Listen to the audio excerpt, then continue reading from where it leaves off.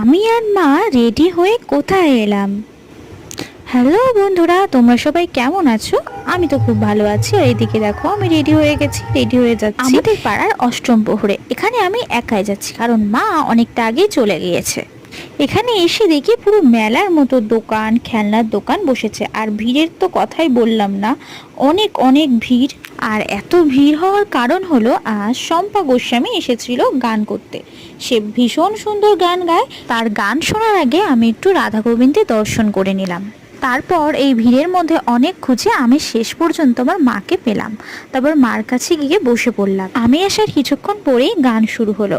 তো গান শুনতে মানে কীর্তন শুনতে আমার খুব ভালো লাগে। আমি ছোটবেলা থেকে কীর্তন শুনতে খুব ভালোবাসি।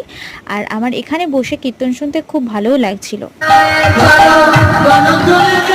তারপর চলে আসলাম বাড়ি। তো আমার ভিডিওটা কেমন লাগলো অবশ্যই কমেন্টে জানাবে। টাটা।